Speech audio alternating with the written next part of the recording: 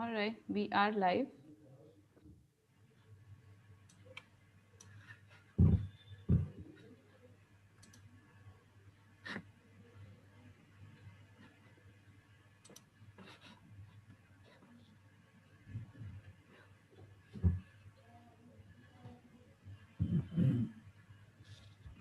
All right.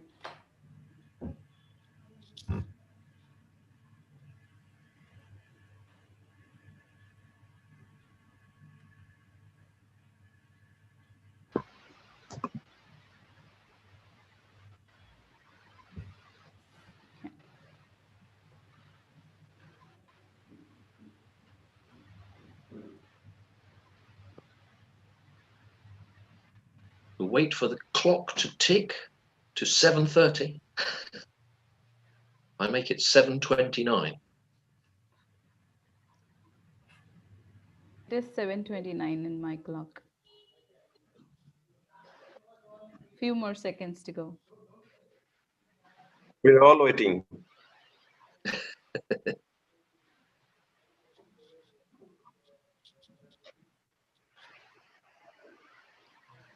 And welcome everybody to the final webinar from the Learn Indian Freshwater Ecosystems platform for 2020. And what a strange year 2020 has been. But I would say that the growth of remote conferencing has really enabled events such as the ones that the one we're having today and the ones we've held over the last few months. And also it's allowing us to reach some unique audiences with these platforms that we're using, like Zoom, where we are today, and YouTube, those of you who are watching on YouTube, which is fantastic for us to see, and it really helps us do what we're doing. So I thought I'd start by just saying that the idea today was to give some inspiration, and if ever we needed inspiration, then this young guy from Nashik, who made the news a couple of months back, but actually what he's been doing for the last 5 years, where he stands on the bridge running over his local river Godavari, and if anybody approaches the river to throw garbage into the river, he blows a whistle, and that's all he does. And then if the people come over to talk to him about it, he'll explain that he thinks the river shouldn't be used for garbage removal, and could you please leave it here, and he'll collect it into a bag, and then the municipality come and collect the waste from him at the end of the day. Just one of those tiny actions that anybody could do that can make a huge difference.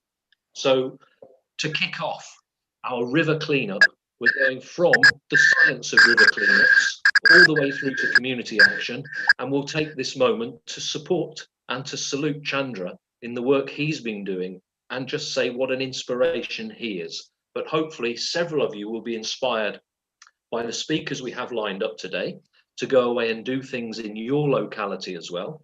And also, if anybody has any questions specifically about wetland ecosystems, restoration of habitat, or ecosystem services, then you can see my good friend there, Dr. Mark Everard, who's done work all around the world, particularly in India as well, I would mention. And he'll be monitoring the chat box. So if you have any questions at any point during the webinar, drop them in the chat box and Mark will be there to answer them. So what we're going to do is move on, and it's a fantastic event for me and a thrill to introduce my friend Siddharth to you as well. And Siddharth is heavily involved in all kinds of projects, most notably his own Veditum website, and also then the India Rivers Forum. And a couple of years back, Sid curated an exhibition of photos, which are all photos from urban rivers, looking at the various facets of urban rivers. So I'm going to ask Sid to share a couple of those photos and hopefully explain a little bit about what he wants to do with this exhibition moving forward. If you get the opportunity, go to his Veditum website, because in the next week or so, he's going to be releasing the video of his project, which is moving upstream. So again, if you wanted some inspiration, this is a man who's walked the entire length of Ganga and made a film about it. taking time to talk to people who live along the river so that we can find out a little bit about their lives, about how the river shapes them, and about how they shape the river. So if you're ready, Sid, can I hand over to you? And hopefully a bit of screen sharing, and he'll inspire you some more. Thank you, Sid. Thanks for the kind introduction, Steve. I'm just going to quickly share my screen. 1 second. Can you see the cover? Yes. Yes. Okay. All right. So Steve has been kind enough to give me a very generous introduction. Um, I'm going to take a very little time to talk what I'm going to talk about urban rivers in perspective of the exhibition that I had curated for India Rivers Day in 2017. Um, from what Steve just mentioned regarding my walk along River Ganga in a few years ago, I had consciously left out the parts, or rather not documented so heavily the parts along the cities, because uh, while there is a requirement to document our rivers and cities as well, those are still points from which we see the river very often, but all the rest of the river really gets left out. So I made that conscious decision while walking the Ganga to not really document Kanpur and Haridwar, just like documented so much. But even within that space of the city, there is so much to see, there is so much to document, which I want to show through this image by Aslam, who's from Mumbai. And this image was part of the exhibition that I had curated in 2017. Um, where how different people see the river differently, how different people use the river, if you want to call it that, ecosystem services that the river provides. And there's just so much to a river, more than just a space to put our garbage for most of us who are away from the river while being close to it in cities. Um, this is a view of the exhibition that we had put together in 2017. This was held at Intact's at the Intact building in New Delhi in 2017. We got very interesting reviews from people, but I'm not going to go into that. I'm just going to quickly take you through what the exhibition was. Um, and one interesting thing that I do want to say, couple of things. First is that uh, the power of documentation, especially by the people, is something that gets not enough attention, uh, and that is something that needs more recognition. The very fact that people documented a lot of these things that we were be able to put in the exhibition, I think is very important, and it's a very powerful act in itself. And when it becomes a conscious act, then the power of that act increases many-fold, because then it allows more action to happen based on that information. The one unfortunate part, when we had put out a call for folks to send us images of rivers, urban rivers, is that most of the images that we got were actually images of pollution and images of the river not being in a good condition. I have not put any of these images today of pollution. I've just put out some images that were part of the exhibition. I wanted to give you an idea of what the themes for the image for the exhibition looked like. We had themes of development, under which how there's quote unquote development that's happened on our rivers, and it's mostly infrastructure building that happens, or infrastructure development that happens, and how people live with the river. What does this ecosystem service really mean? How does that work out with people? How do people really have this relationship of livelihoods as well with the rivers? Um, the least amount of data that we could collect, or images that we could collect, was of positives, but I'll get to that in a second. Um, I'll just give you a preview of what the exhibition looked like. Even this image by Arti Kumar Rao of fishermen near Guwahati on the Brahmaputra was part of the exhibition, trying to show people how regular everyday people interact with the river, how they live with the river. And these were some of the panels that were part of the exhibition. Uh, this is, of course, not the whole exhibition as you saw in the first image. The exhibition was like 23, 24 panels. But I wanted to give you a sense of what this exhibition looked like. We had an introduction, and then we had all these themes, theme-wise division of images that had taken place. And all the people who came to the exhibition seemed to understand and almost relate to the idea on what was happening to these rivers as well as the rivers in their own cities. Of course, this is not possible without the contributors whose images are part of the exhibition currently. Just wanted to put out a list of these contributors currently on that, whose photographs are part of the list that we have. However, we will be discussing stories of urban rivers today. Uh, we will be hearing struggles and success stories today from folks who are on the panel, and I'm really looking forward to that. But as part of this exhibition, as part of the work that I do at Veditum and the work that I do with India Rivers Forum, it'll be good to see more of the work being showcased. And I'm happy to help showcase that work on India Rivers Forum's website, on Veditum's website.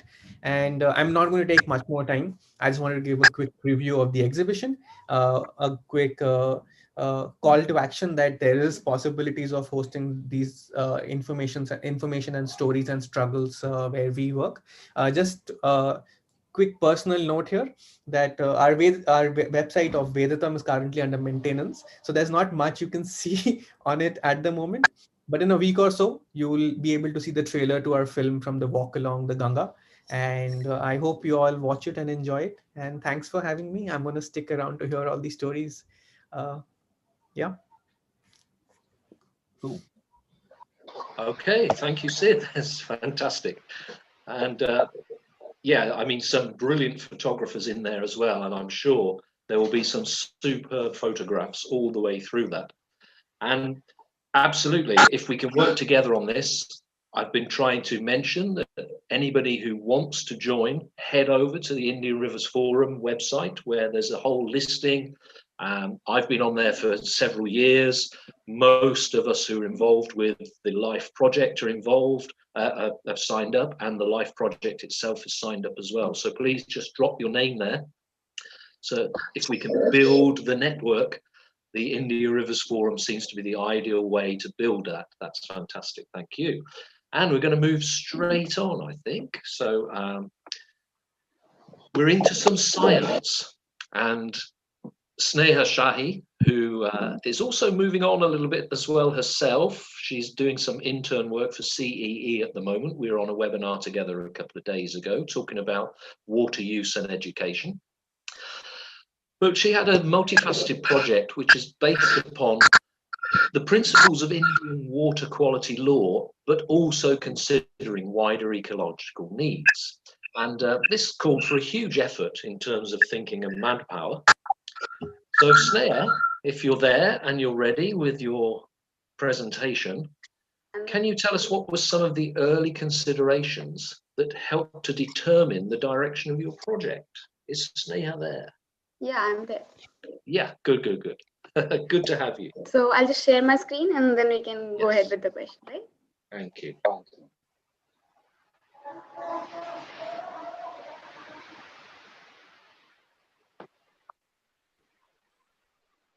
Yeah, is it visible? It's buffering at the moment. Yes, good. That's it. Okay. Okay. So initially, when we began the project, the first consideration that we had to do was what will be the parameters that we'll be assessing, right? And this was something which hadn't been mapped before. So making the map of the entire Bookie channel was quite difficult initially because we went to municipal officers and asked them if they have a map, if they have the inlet points and where it drains into Vishwamitri. So all they knew was that it begins somewhere near Sama and it ends up into Vishwamitri, just that. And at several locations, the issue is that the stream is covered with all the encroachments on the bank and all the construction on the bank, and it's actually underground. And from certain section, it begins as an open drain and looks like a gutter. And because of so many bridges on the stream, there are people who are dumping their waste directly from the bridge into the stream. And this was one of the issues which we encountered during the monitoring. So we formulated a team of 15 students. Everyone was given their own specific set of objectives. My goal was to compile the entire data, propose a bioengineered structure and ecological approach for reducing the erosion of the banks, and then establishing a buffer zone for the diversity around Bhuki. So Bhuki is actually a stream which flows from our university and ends up in Vishwamitri. It begins at Sama and it ends up in Vishwamitri, as I said before, and it's half of it is covered in our university section, which we had jurisdiction to.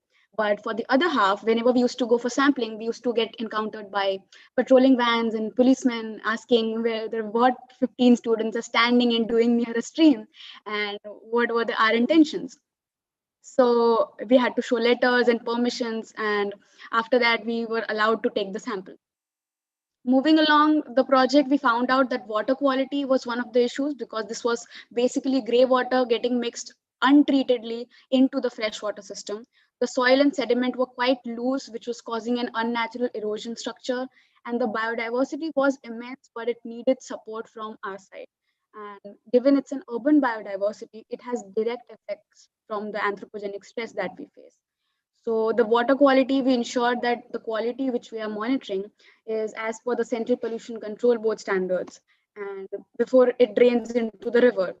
And we found that there was about 15 to 16 inlets which were illegal, and there was dumping which poured into Bhuki channel, and then ultimately Bhuki pours into the main river, which was very concerning. However, the smaller streams are looking more polluted than the rivers due to their smaller nature and due to them having a less space for largely and swiftly moving rivers.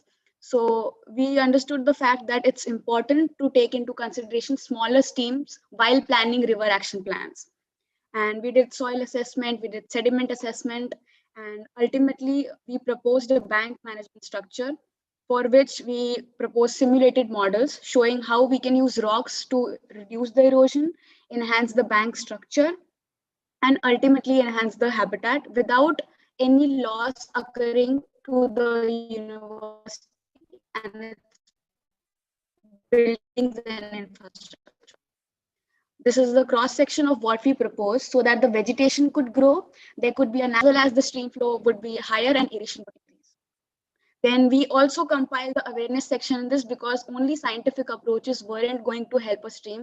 It's ultimately the people who are going to be living near. Am I audible? So it's ultimately the people who are living near the stream who will be taking care of it. And it's important to make this project inclusive of the community. So we went out to the people, we had members who did a survey on their health, asked them about what were the issues that they faced during the flooding which occurred in 2019. And then we proposed all the projects. We ensured that they get dustbins and the increase in number of vehicles coming to their area for door-to-door collection. And we also did outreach through social media, but we understood the fact that not everybody is on Instagram or Facebook. So we approached the newspapers, we approached even the radios in order to reach every person in Vadodara. And the response was very amazing, and the encouragement we received from our university was overwhelming actually. And about 200 students agreed to help us clean the university patch. And the part outside the university is quite difficult to manage because it's not under university jurisdiction. But inside the university, the patches which were safer, we marked them and we allotted teams to go there and do the cleanup. And we removed about 700 kgs of waste, out of which 300 was mostly plastic.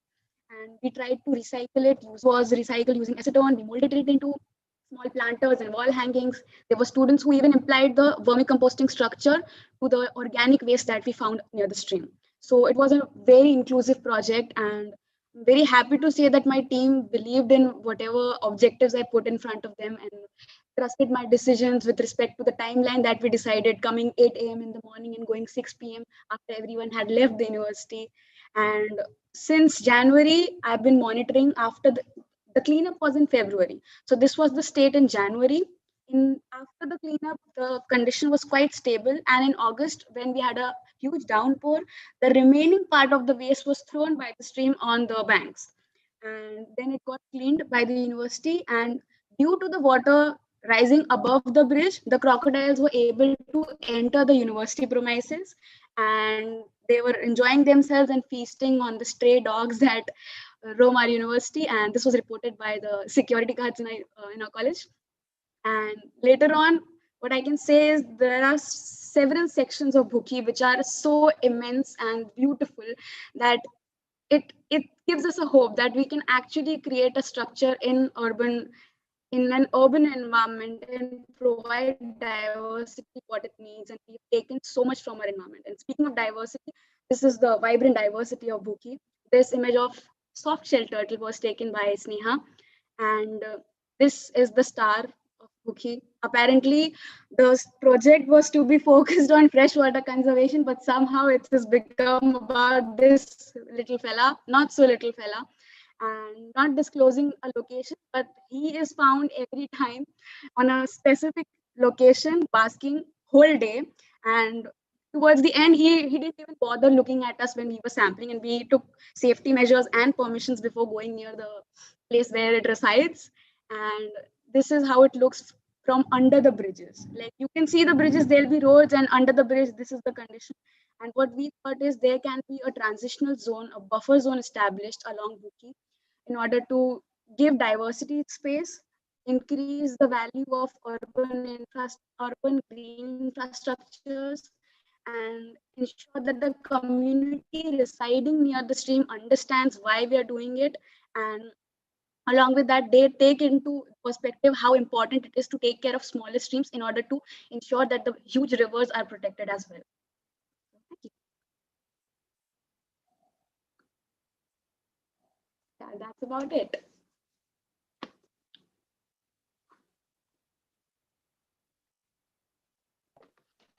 Thank you. Sorry, I was just adding a question to the chat box as you finished there. Thank you very much, Sneha. And it's fantastic to see the before and after there.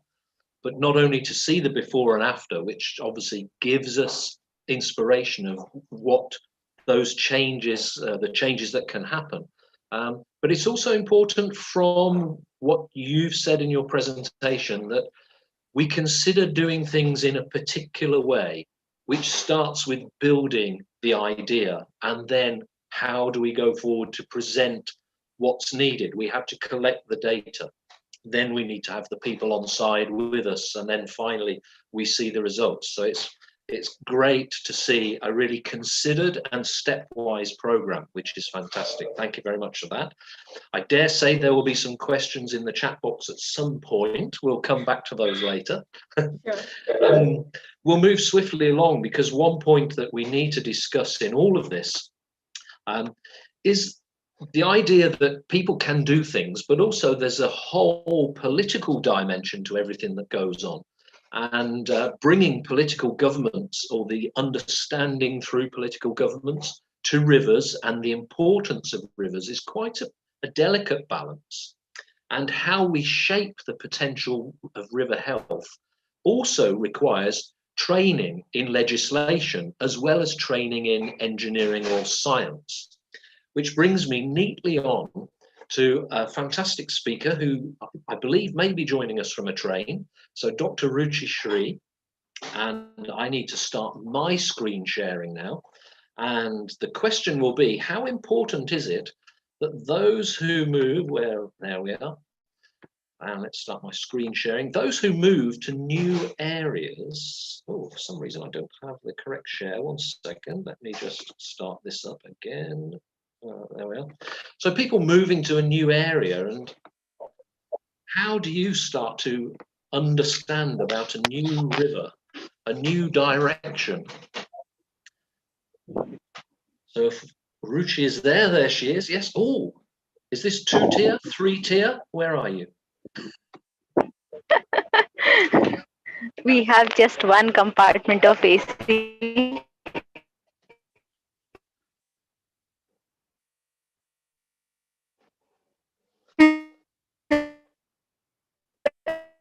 I don't know this 2-tier, 3rd-tier, whatever I must say. Okay, so over to Ruchi. Yes. Yeah. Should I start? Yeah. Yes, you can. Yes. So you have the first First slide of all, here. Sneha, your presentation was yes. Thank you so much. So as the title itself for my presentation said, Champa Nala. So this Nala is something which earlier it used to be a river, and as you can see, the year 66 is marked with July. So it was in this year 1966 that this river was for the first time administration called it a Nala. And it was just not even a month that I moved to Bhagalpur, which is a small town in Bihar. And this River Champa a campaign was being led by a national newspaper called Dainik Jagran.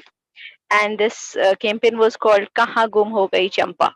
So I got curious since I have been working on water for a long time. And in the meanwhile, Himanshu Thakkar of Sandra South Asian Network for Rivers, Dams and People, he asked me that I should write something on River Champa since so less has been written in English. So that's how my journey started for this research on River Champa. And I have already written 3 blogs, which some of you who will be interested, you can read about it.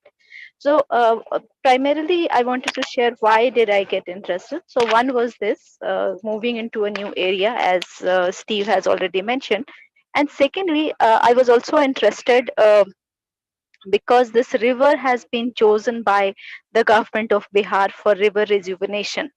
So these days, many state governments are taking keen interest in rejuvenating the rivers.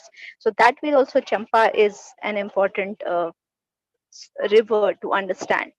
So this river is a small river, but at the same time quite a significant one because there is mention of this river in the epic Mahabharata. So this region used to be called as Ang Pradesh during Mahabharata. So I have called one of my blogs as Champa's Ang Pradesh to Champanala of Bhagalpur. So what I have tried to understand is that how a water body in terms of planning and all is it how is it neglected, and how we can also try to understand the history of a city through its water bodies. So that was the project that I had in my mind when I started doing this.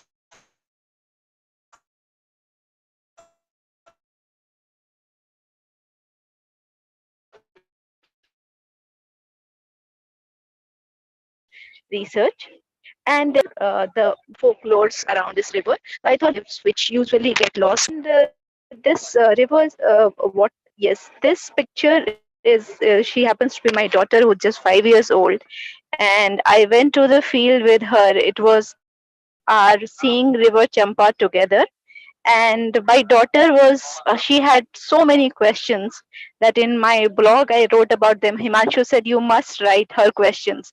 Is it a river? Is this how a river look like? Why so much of garbage go? Why did I come to the field with this girl? Now I have these questions which I have no answer to.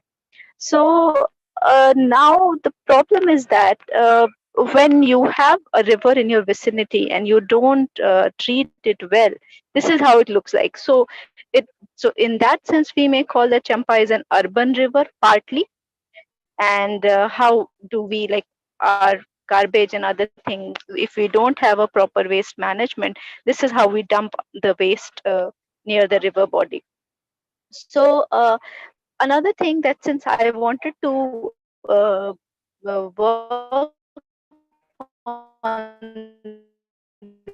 this river rejuvenation, that is also there. So here I teach the master's students and I teach a paper on environment. Doing it in 3 steps. One is that to collect data from the available secondary literature, and Champa is just one river.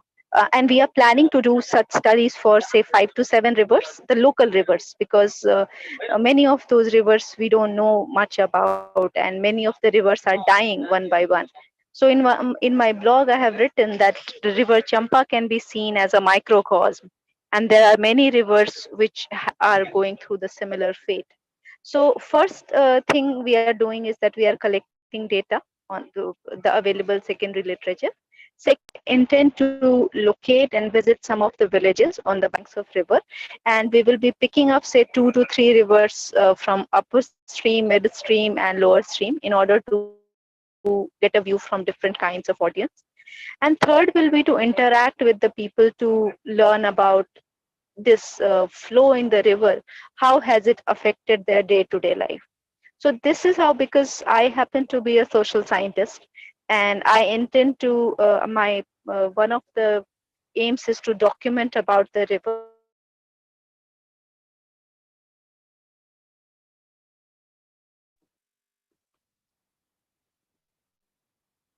and how it has affected And I think it's important as well how to understand here that it's not I just biological, have chemical, physical photo. scientists who are involved. And Ruchi being while a social scientist.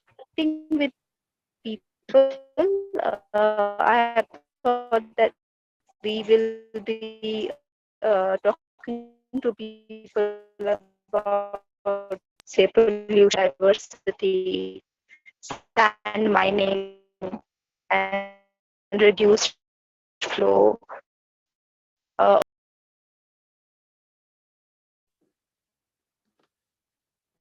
So it looks like, unfortunately, we may have lost Ruchi there. But I'll make the point again that we look at rivers, we look at habitat, we look at the species which live alongside rivers, but it's very important that we involve humans as well. So hence, social scientists like Ruchi are very important in this as well. Her blogs are fascinating. There are 3 articles there which you can read on the South Asian Network of Dams, Rivers and People website.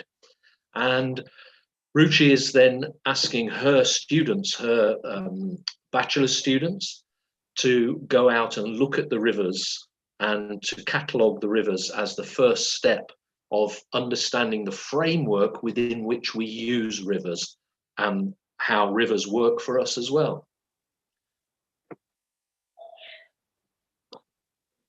Looks like she may have disappeared completely, so we'll move swiftly on. Yes, some questions coming into the chat box there, which is very good, thank you. And answers popping up, that's superb. So what we'll do is we'll move on, and I'm going to move on now to Ayush. Now I need to just collect the right, that's the right one. So we're on the correct PowerPoint. And I spoke to quite a few of the people within Ayush's setup, which is called Ideal. I'm sure he'll explain a little bit more about that as we go through the presentation. So we've been looking quite a bit at the urban environment or peri-urban, and we also need to consider what happens downstream, because not everything moves downstream in a river, but the large majority of what happens in a downstream direction. So what happens if immediately downstream, your village, your town, or even your city, you have forest areas or other protected areas? So I'm going to bring in Ayush and ask, how is your organisation taking steps to understand the framework within which you're trying to clean rivers? I just need to, let's get rid of this. Pranam, everyone. Thank you so much, Stephen, Mark, Siddharth, Sneha, and Dr. Ruchi for the lovely presentations and having me on board. We merely started in the middle of the Corona period, where some of my students were very much interested to take up some actions, and they did not know what to do, how to do. So I started this group called Ideal, which eventually started becoming an organization more towards working on the climate conservation, Ganga conservation, and Himalayan conservation, ecosystem conservation altogether. So thank you so much for giving this opportunity. I'm here going to talk about a small river which originated from the place where you enter from Delhi towards Dehradun. There is a place called Asarodi. So towards the east of Asarodi, we have this very small stream coming from the source of the Asan, which is another river, and moves towards the eastern Dehradun and receiving like the Asan, the minor stream rising in the hills towards the north and south. This becomes the first effluent of any importance joins Suswa in the name of Respana Rao and Bindal as two small streams coming, Respana coming from the Woodstock of Mussoorie, and Bindal coming joining in from Rajpur area. So this picture on the right is the major front of the river Suswa altogether in the downstream. Basically, this project was initiated without any, getting involved in it, and a lot of people and a lot of farmers calling us and asking us what should we do. Quickly, I'm gonna ask everyone to just shut your eyes and imagine you live near amazing river which is freely flowing, it is pristine and perennial. And every day in the morning you go and have a bath there and you come back. Next slide, please. You can put your comments on the chat box. What do you see? This is what we see today. This is the condition of this river. So this is Suswa at the best, which has been contributed by Respana, which flows throughout the urban areas, urban settings of Dehradun, and another river, Bindal, which is almost dead and soon is going to enter entirely into a sticky plant. Next slide, please. The reason why we chose this, this study and why the study needs to be done was this is the only source for the irrigation for people and farmers living in these areas, and there are almost 8-9 villages which do amazing farms in terms of they generally sow rice, paddy, then there is wheat, and there is cane sugar. This is also one of the only source that enters Rajaji Tiger Reserve, that is why it becomes really important. The entire ecosystem of this river and its catchment and its banks is almost degrading every day. So some people, when we initially had some sittings and we were called by the farmers, we actually took our mats and sat on the banks of the river and had an amazing discussion with the people living out there, and how do they see it, how important this river was for them, and how important this river is for them for farming purposes. They used to drink this water 20 years back. Now imagine a scenario where they're not having any river water, a freely flowing river. Then there is crop loss. So if somebody of you are familiar with Dehradun, there used to be one crop which is known as Dehradun Basmati, which is one which used to be one variety of rice which has shrunk down to only one part of the Dehradun town in Maldevta, but rest of the, so this is the major stretch which used to export, which used to be the major exporter of this quality of rice, which was recognized by its aroma kilometers from the place they were sown. There was this, the name of the river Suswa came into existence from one small crop which is known as Suswa, which people used to harvest and eat it as a vegetable, which almost dead. It's dead, really dead. So the entire water of the river from top from Mussoorie, where it's starting, where it's originated, Respana, the Rajpur area, and the Asarori area, it's all dead. You can say the entire water which used to be crystal clear, it's almost turned gray. Next slide, please. So this is the study area where we, in the blue, in the left hand side, you can see the map of the entire stretch, which is, which enters starts from Mussoorie as Rispana, then from Rajpur, there joins this Bindalrao River. So both of these rivers meets Suswa near Motrawala, and from there it goes towards the Motichur range, where it meets Song River in near Doiwala, and from there it goes towards the Ganga. So it becomes ultimately it becomes one of the tributaries to Ganga from Dehradun area. So, and on the right, there is this map, which if you are able to see, there are 2 pins that we have dropped. So these are the sample areas that we took. Next slide, please. Right. So when we initially went there, we couldn't do much. We started doing samples, and we were having a camera. So one of our guy, and imagine this is the peak lockdown period, when there was very limited movement allowed. So somehow we were managing to take these pictures and all. The first figure is of the kettle. So this is the general scenario in the midsummer seasons, where these kettle needs some water to cool themselves. And this used to be the only place where they used to go from the very beginning of this this river and the settlements around it.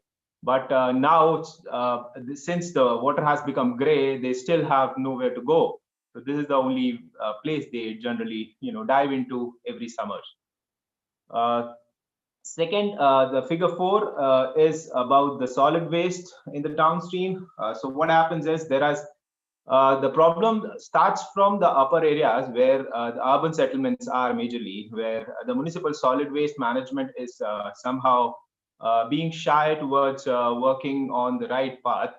And instead of developing these, waste dumping yards or waste transfer stations, generally what we found and what we identified is a lot of waste dumping stations are built over or on the banks of any sort of rivers, and so does it exist towards Rispana, or you call Bindal.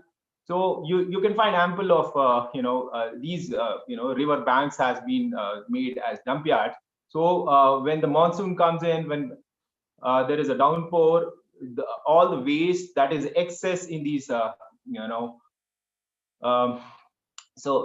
the excess waste in these dump yards, it flows along with the water and somehow manages to reach the downstream areas. Next slide, please.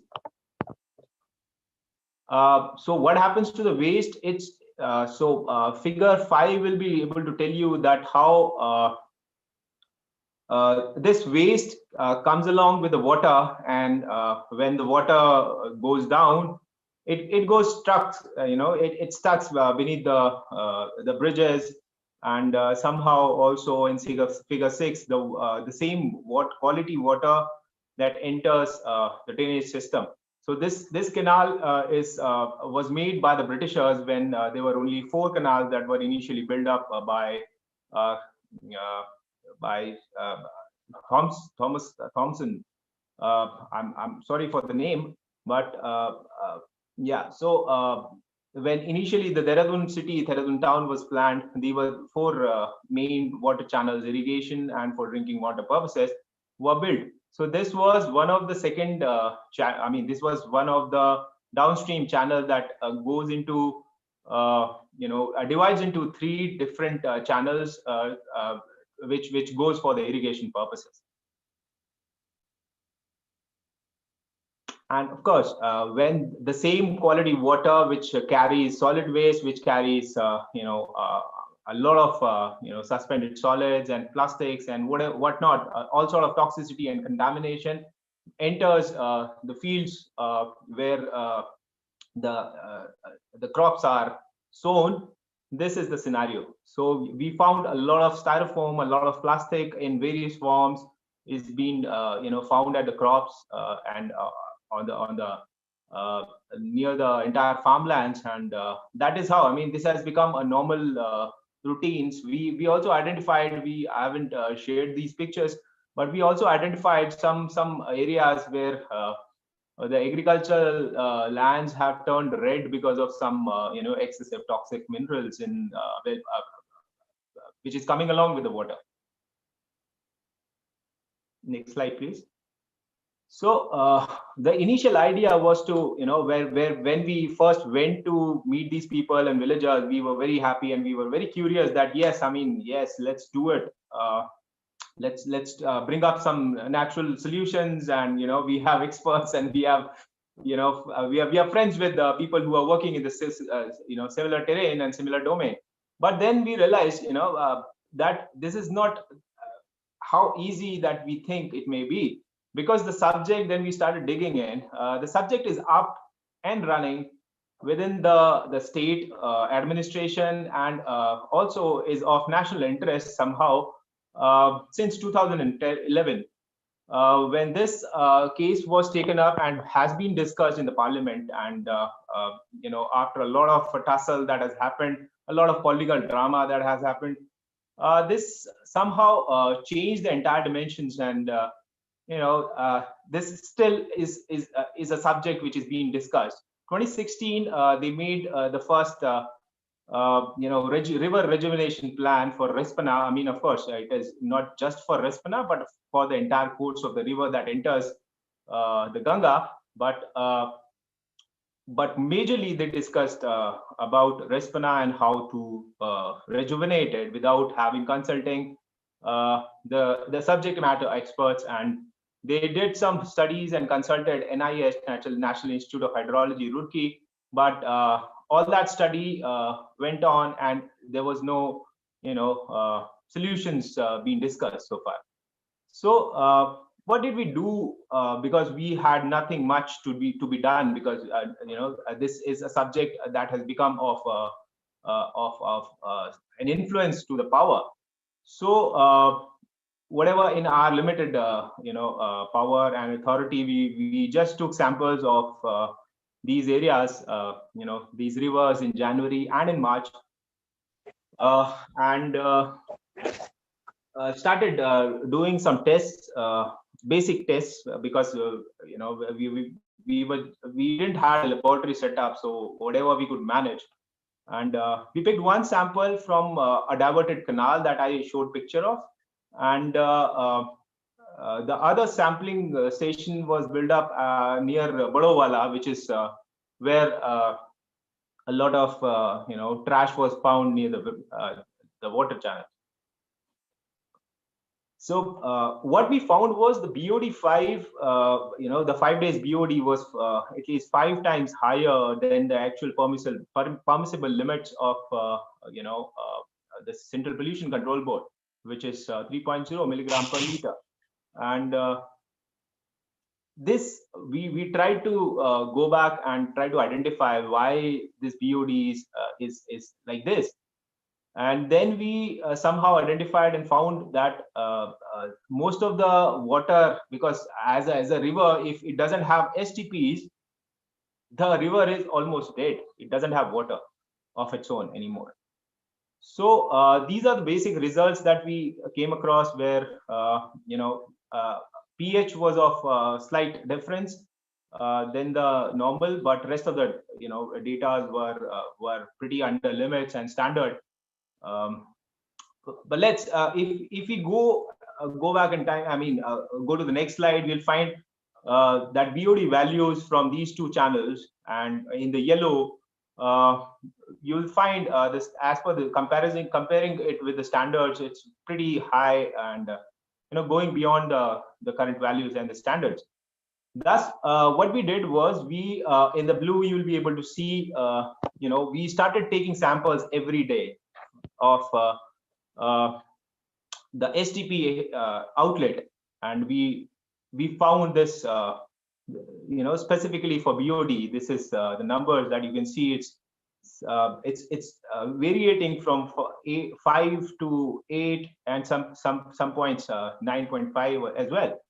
So this became something which was which should have been discussed, and somehow the biological components are entering the system.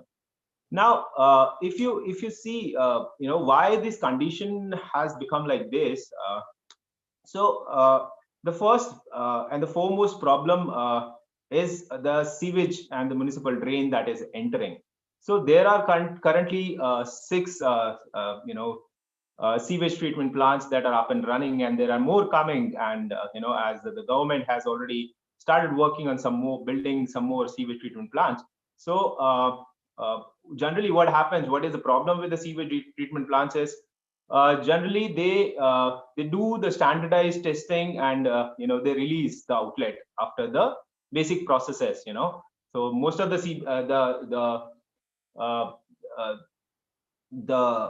STPs are using CBR technology to treat their effluent, and that is why that's the only source of water that enters these riverine ecosystems. Now, the other problem was industrial pollution, where from the beginning, from the start of River Suswa towards Asaruri, and when it starts working, it starts from there.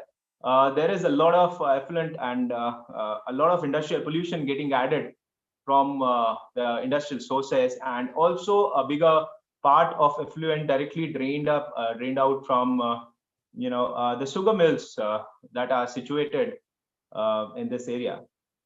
Then biomedical waste is a problem. There are currently 541 healthcare facilities operating in these catchment, and there are reports by Times of India in 2018 where they found one of the organizations which took the data. They found heavy metals in these reports, and plastic and solid waste, as you said, and agricultural runoff. If you go back to the last slide, Stephen, so there is another. So on the right, there is this amazing picture, if you will be able to see. So this is, a sort of a integrated system that has been created by Mr. Yatin Dareshwar, which goes by the name Numerical, which becomes, for people like us who don't have resources, so they can display whatever work that they are doing to, portals like this. And it is also, there is another problem to the entire solution is, issue is there are around 177 untapped nalas and drains that are entering, the sewage without having any, any bar on it towards the entire river. So next slide, please. So the government recently added this entire stretch from Mussoorie to Kansaro as one of the tributaries of River Ganga. And in the name of the River Rejuvenation Plan, what they did was they constructed walls on the banks, which are already washed off in the first monsoon. They couldn't carry it. And most of the river banks have, as I said, waste dumping yards and waste transfer stations that needs to be taken care of. So before going on again, moving further in the next phase, in the phase 2, towards suggesting, we'll be able to suggest only once we have all these solutions and the identifications of the analysis. There is no data. We tried digging in from the past reports that has been analyzed in these areas. There is no data for toxicity and contamination of the quality of the water in these areas. There is very less analysis done on the quality of the soil and the farmlands.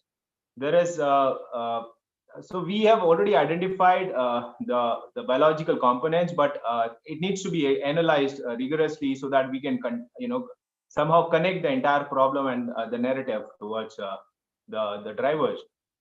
And then we might be able to collate data and might be able to then suggest any sort of solutions and start working towards it. Thanks a lot. If somebody has a question, you can write in the chat box. I'll answer. Yes, thank you, Ayush. Yes, if there are any questions, drop them in the side. We'll move on because we're running out of time very quickly, and we still have 2 more presentations to view. I'll just make the point there that it seems lots of people still consider we have some solid waste. What should we do? We'll throw it into a river, but that creates huge flood problems as well. We saw at the very beginning with Sneha's talk, and also there from Ayush, photos of where that solid waste accumulates around bridges, and then the water will back up during the monsoon, creating a flood risk. So it's a problem for those people who think they're removing a problem. And I'm going to move very swiftly on. We were looking at an area there which was immediately upstream of a forest area and a notified tiger reserve. But what if your river crosses international boundaries? Which brings me very neatly on to our next speaker, who is my friend Tuin from West Bengal. He's just started a new movement called the International Network for Social and Environmental Sustainability.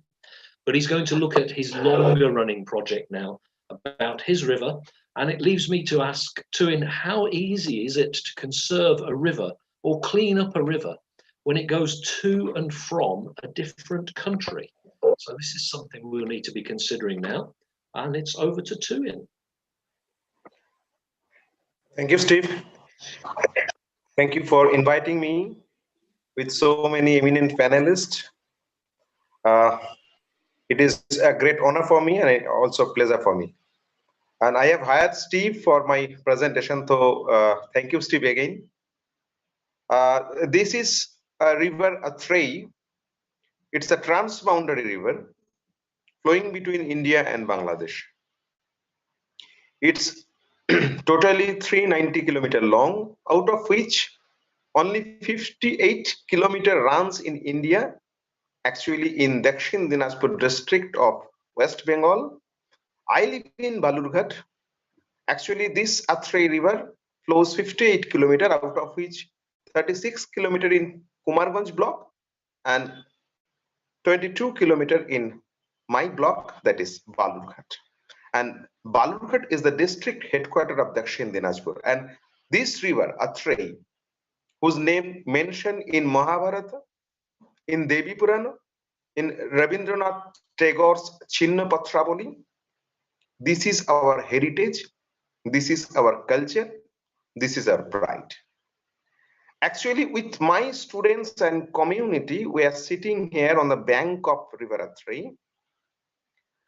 We have started our awareness campaign regarding Atrey's pollution and all this thing in 2006 with our organization Dishari Sankalpa. But since 2015, this awareness campaign turned into ABA, that is Atrey Bachao Andolan, when our neighboring country Bangladesh constructed a dam nearer to 1400 meters from our district border, that is international border, and we are facing heavy shortage or amount of water. Heavy water shortage is there. And after the construction of the rubber dam, it is called rubber dam, it is made of totally rubber, I have seen it. After the construction of this rubber dam, on an average 53% discharge has curtailed down. On a seasonal scale, total runoff reduction rates are 30.97%, 66.86% and 64.01% during pre-monsoon, monsoon and post-monsoon periods. When we have understand that this dam is creating a big problem for our lifeline, we have started Atrey Bachao Andolan with all the community participation, students, poets and singers, civic bodies, and all with all of their help and cooperation. Dishari Sankalpa has started Atrey Bachao Andolan. We have we had already wrote letters to the chief ministers, to the Prime Minister of India, and I personally visit the Indian High Commissioner based at Dhaka, and huge responses was there, and we have raised the issue of real water shortage due to construction of the rubber dam at this river Atrey. then we have understand that fishermen and agricultural laborers, they are heavily dependent on this river. So we have to march with them. So this slide is mentioning the meeting, our meeting with fishermen, that due to acute shortage of river and some pollution problem, the local fish species, that is Sirhenas reba, we call it as Raikor, its taste, its quantity, and its size we have lost it. Then some more local fishes called Subarno Kholki, Kachki, Angros, Bheush, Bele, all are the local fish species have gone with all this problem. So we have indicated that if we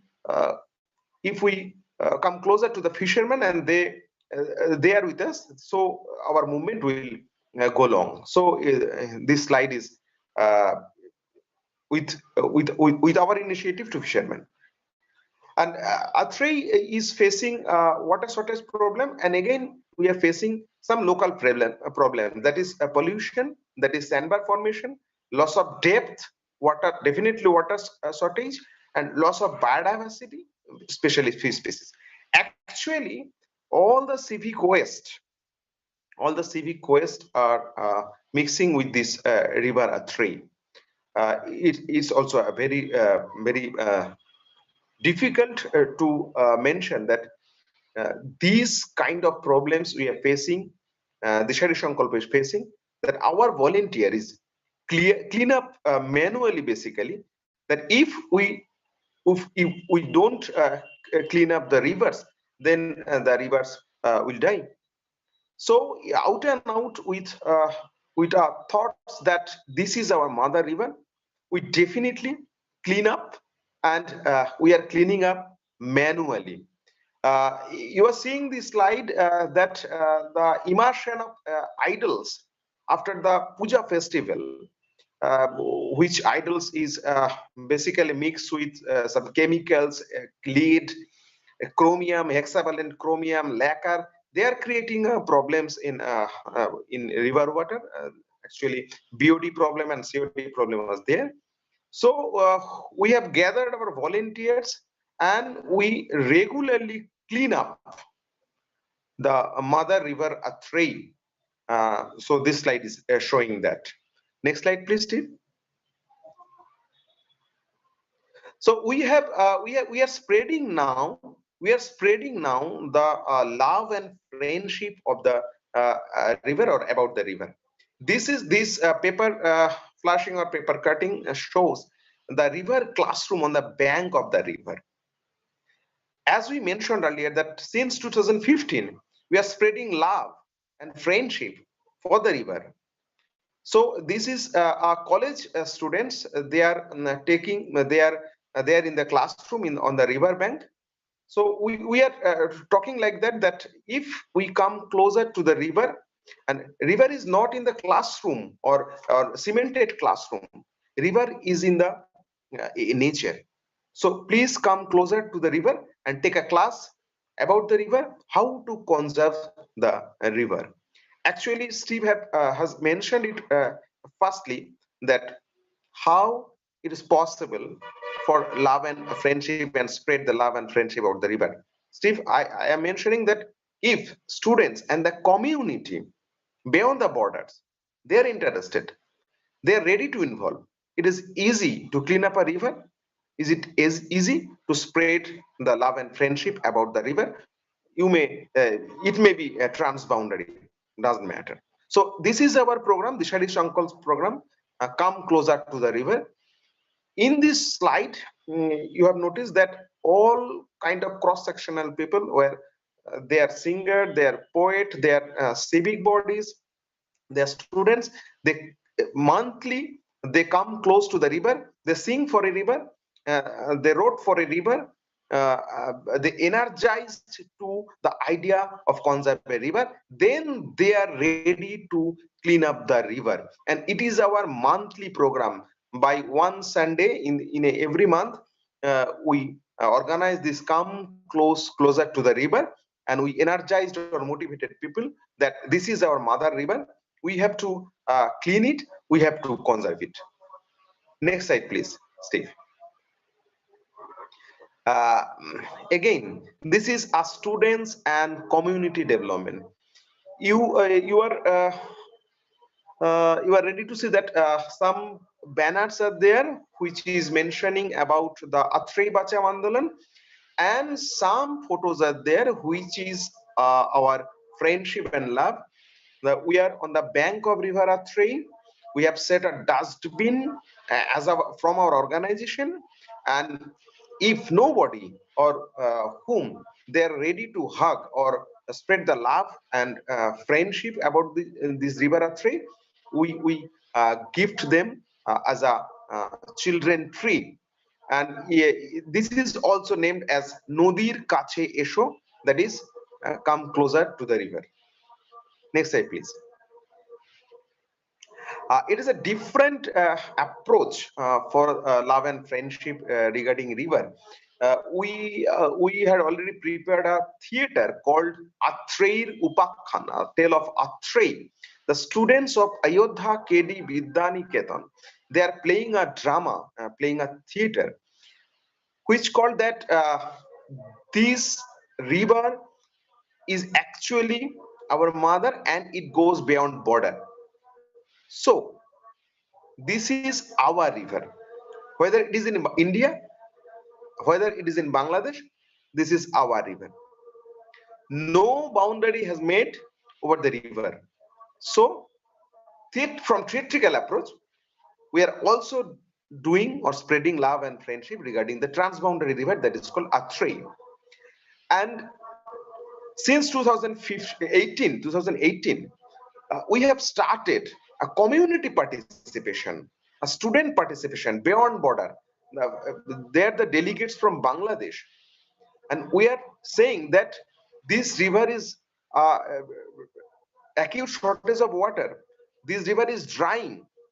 This river is not well. So we have to come closer. We have to go beyond border. So please join hands together. So please come with us, and we can spread the love beyond border. So with our participation, with our movement, as of now, presently, India government and Bangladesh government, it's a proposal from Bangladesh government that they have urged India government that they want to use river Atrey as a water transport beyond border. So it's our pride, it's our joy of our movement. So in this slide, we are urging or pledging that don't throw waste to river Atrey, and it's a hope actually. Students and community, our future of our movement, and please come with us. And I also want everybody in the panelists and on today's webinar, please come at our Atrey at Balurghat. We can easily spread the love and friendship from our place beyond border to the world, that we have to save river, we have to conserve river, we have to love our mother river. That's it, Steve. Thank you. Thank you, Turin. That's fantastic. Yes. And it's very important there, as you were saying, that people actually get to visit the river. So you're making the classroom on the river instead of inside a classroom, which is quite an important point. Yes, thank you. And gifting the small trees, the saplings, to anybody who is actively helping cleaning the river using the facilities that you provided. Yes, that's a fantastic way of moving things forward. So I'll just jump through. Let's I have so many screens open here, and we're going to finish our final speaker, and it's an absolute thrill, I have to say, to invite Shailaja to talk to us from an organization I've been talking to for maybe 3-4 years, I guess, something like that, Jeevit Nadi. Yes. And I will announce that during the recent India Rivers Forum, the nominations came from citizens across India for exemplary work on river conservation. And The Bhagirat Prayas Saman Award for 2020 was given to Jeevit Nadi, and they really set the standard for mass mobilization within city limits. So when you're within a city, can we ask, Shailaja, how do you inspire people? How do you inspire mass participation in such a program? So over to you, our final speaker. Don't forget, any questions for anybody, drop them in the chat box. Mark is still with us. He can answer. But for now, we're going to sit back and listen to Shailaja. Thank you, Steve. Thank you very much. And it was really, really inspiring to understand from all the panelists on the different angles of the river, the way they are going around. And Tuhin was transboundary. That was much more inspirational. So thank you so much. And thank you for giving Jeevit Nadi opportunity to be part of this panel discussion, I would say. So I'll just quickly start about how the journey, what we went, and you have asked me the right question, because when you come to the urban rivers, bringing urban people closer to the river or connecting people to the river is really, really a big problem.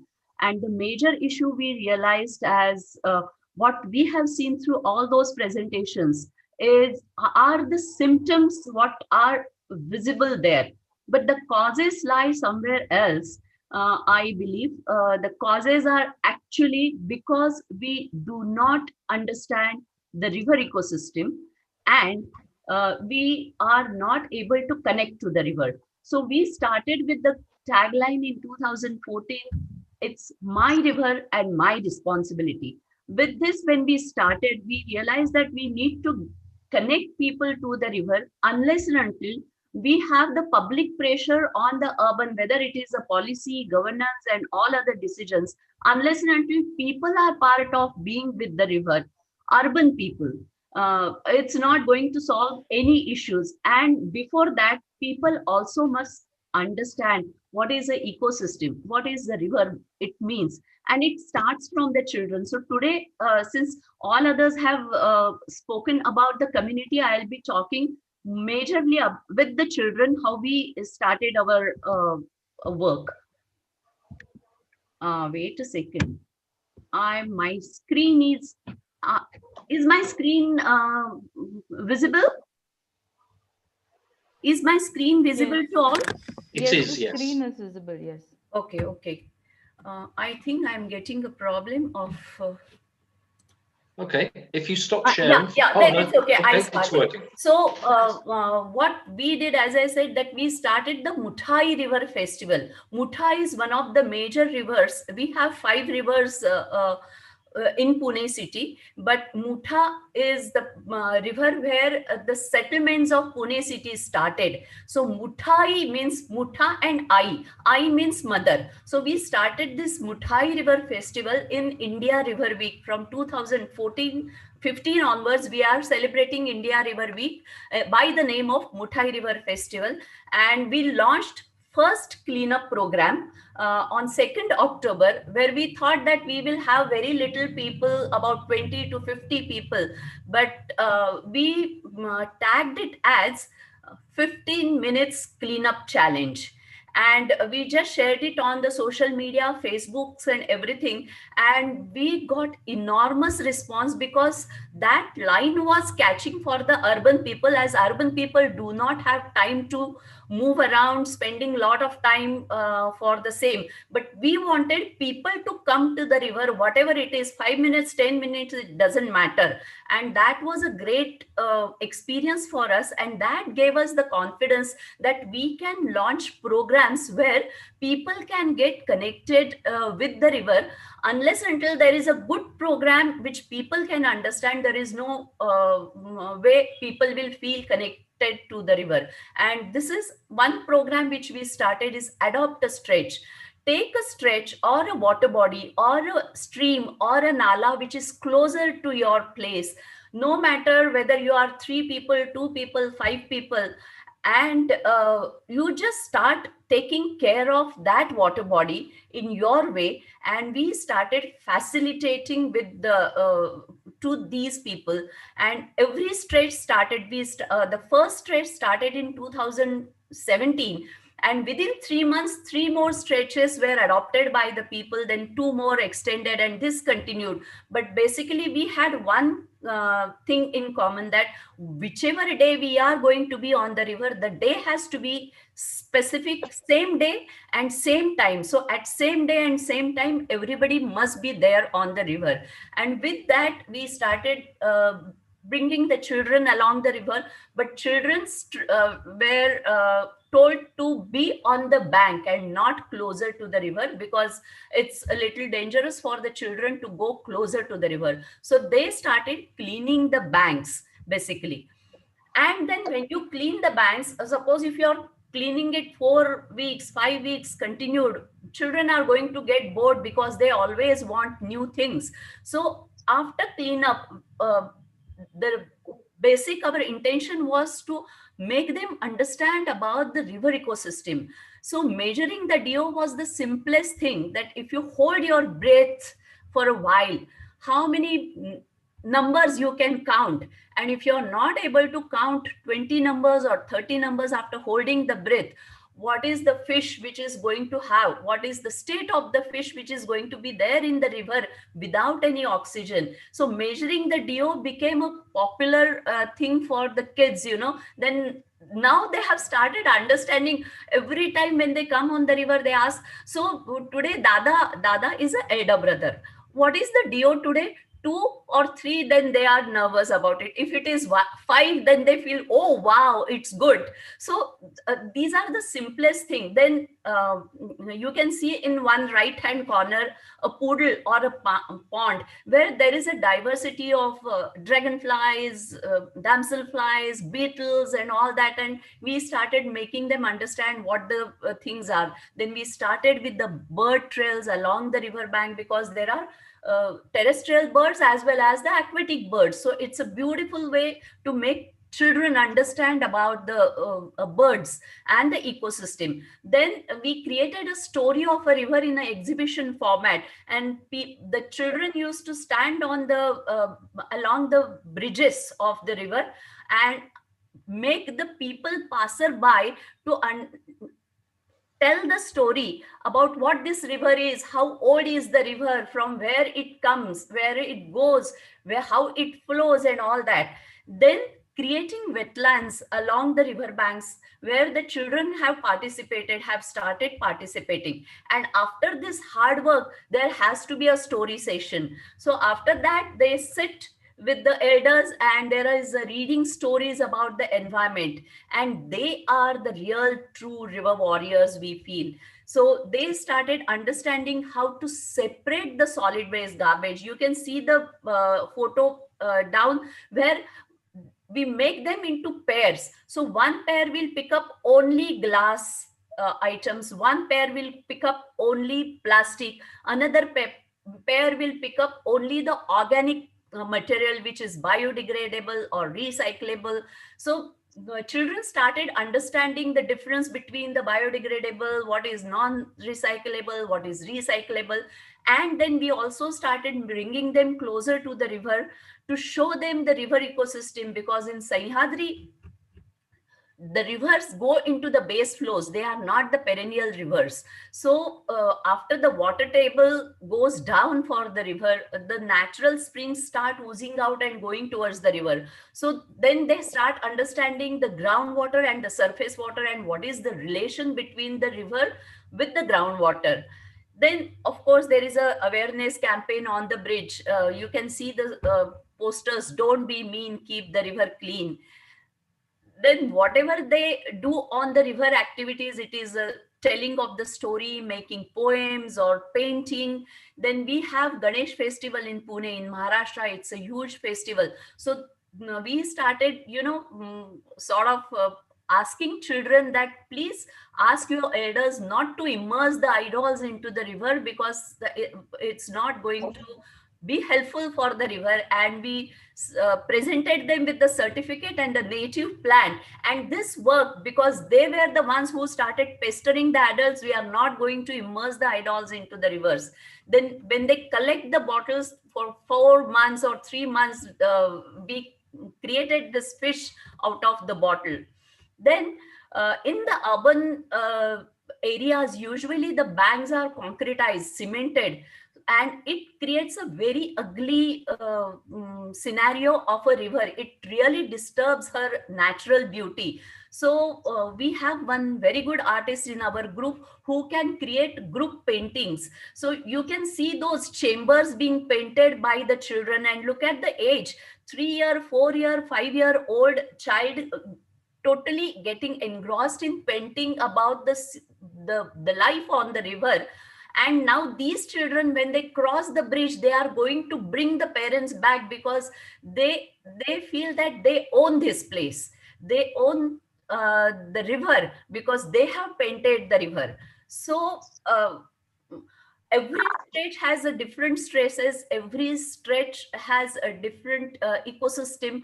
So this is one stretch where we see a pristine riparian zone which gets full because of the plastic during the floods get stuck. So children remove this plastic and look at the pristine forest which looks. So it's a feel good effect.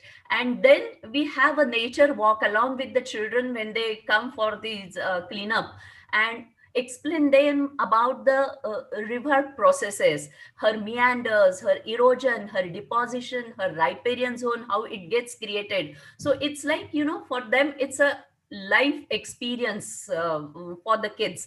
And when they come to the riparian zones like this, within the riparian zone, we started making them understanding the type of trees. So tree banding, then stone painting, then there is a flora tale, then coconut painting, and the activities are immense. Means you just keep having innovative ideas. And last year we just did this fish with the coconut shells, because the children had connected those coconut shells, and children all together along with the elders created this fish of the coconut shell.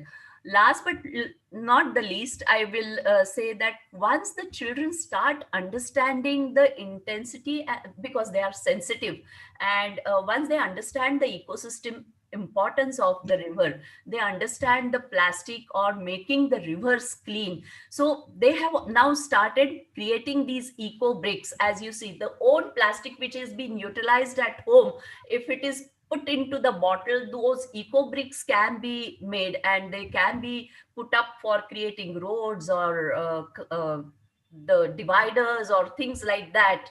And the ideas are immense, and they are coming from the children by themselves, because now they are connected emotionally, and they also want to understand scientifically about the river. So this is what I would say, that we are getting great response from the children as well as the cross section of the society, and they are coming and putting pressures into the urban areas of Pune.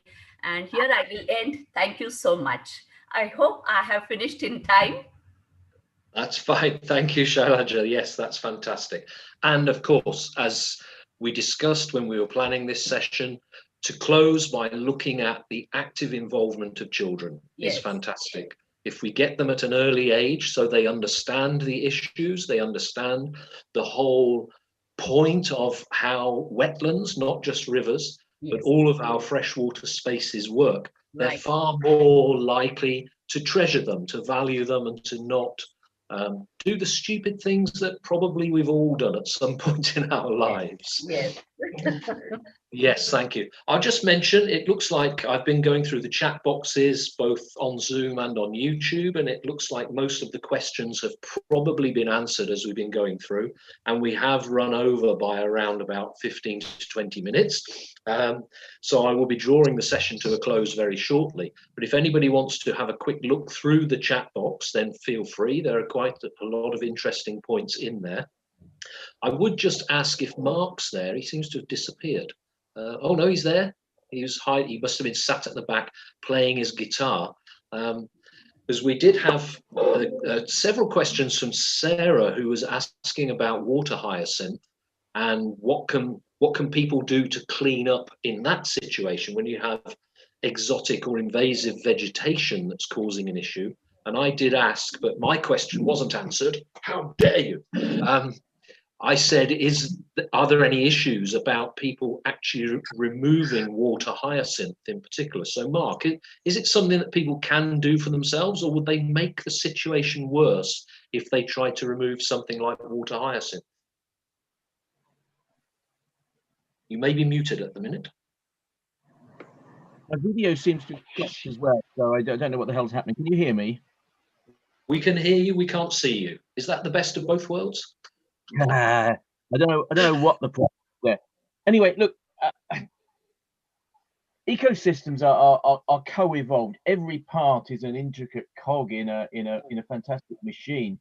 And when we bring in species, be that fish, be that plants, be that invertebrates, that is alien, then we don't know what they're going to do. And sometimes they'll be benign, they'll sort of mesh in with what's there, and sometimes they'll proliferate. And we know this, for example, with the common carp spread all over India and Europe and America and whatever, can cause big problems, whereas other species might not.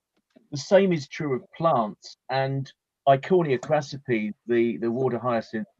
I've worked a lot in Africa, as well as India, as well as Sri Lanka, and it just does take over. It's a South African species, and it sort of goes a bit mad.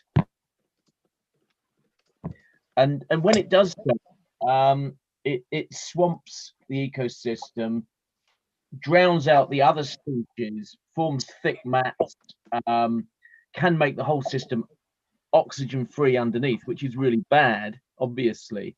And can carry with it invasive species such as non-native crayfish and all the rest of it.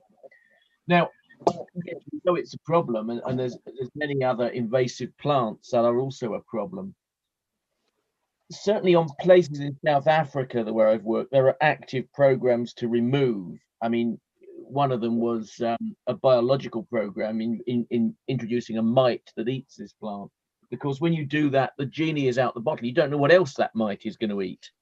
So biological control is often a very risky strategy because you don't know what it's going to do, which really does bring you down to physical removal, which we can do altruistically, just getting volunteers out to take. But I'm actually thinking, well, what benefit can we get from this? Could we make compost from it? Could we digest it and make biogas for energy that helps people with their clean cooking and breaks the links away from removing wood from forests and so forth? So the key to all these things is often finding a beneficial use such that these things continue, not altruistically, but as something that people have an interest in continuing to do. It's a partial answer there. Okay, thank you. And again, gives us plenty to think about, which is a big part of what we're trying to do as well. So by presenting all of these various options, it's not that people will go away and be able to do everything. But if you at least sit and think about what some of the problems are and are there ways in which you can address them, then that will help. Which brings me on to two final bits that I'll mention. One is we were joined today, and Ayush did mention briefly, Yatin is in there somewhere, he's been dropping a few questions in, from Water Watch Numerical. So in terms of communicating what you're trying to do or what the issues are, then Water Watch Numerical produce very simple little diagrams based on numbers, as the name suggests, where you can present information in very simple ways. So this can be good when you're talking to media, or if you're going into local communities, to have some simple little ideas presented just in raw numbers. And then everybody that we've been talking to, we've looked at removing physical pollution, and lots of people are talking about monitoring chemical or doing chemical monitoring. And that tends to give a very time-limited snapshot of what's happening in a river as well. So from discussions that I've had at various other points during this strange year of 2020, I would say if you can start to link with biologists and look at things like macroinvertebrates, then you get a far bigger picture of what's happening with your river. But obviously it's better if you do this with experts rather than having lots of people jumping in rivers who don't really know what's happening. But these are the stages that we should be moving to next, I would suggest. So from all of us, and we have Sneha who's with us today, also Gopa and Anuja who have been helping us with quite a dedicated team, I would say. We do what we do to try to provide all of these things absolutely free of charge, to inspire people to make the connections within fresh water.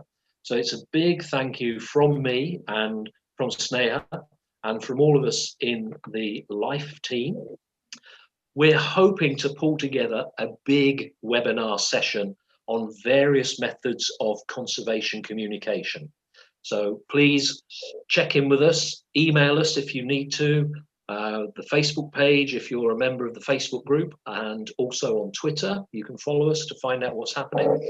All of the people who've been involved with us today, hopefully they will continue to help to share. In future, it would be brilliant if some of the people and some of the organizations who've been involved with us put up a hand and say, can we run a session for you? That would be fantastic as well. But from me, Sneha, our special guests and speakers today, thank you very much. Please show your rivers some love. We hope that we've inspired you to do just that. Thank you. Come close to the rivers. I Yes. love that title. Come close to that. Exactly so. Close to the river. Yeah. Thank you, everybody. Have a great time. Thanks so much. Thank you for joining us. Thank you all. Thank Goodbye. Goodbye.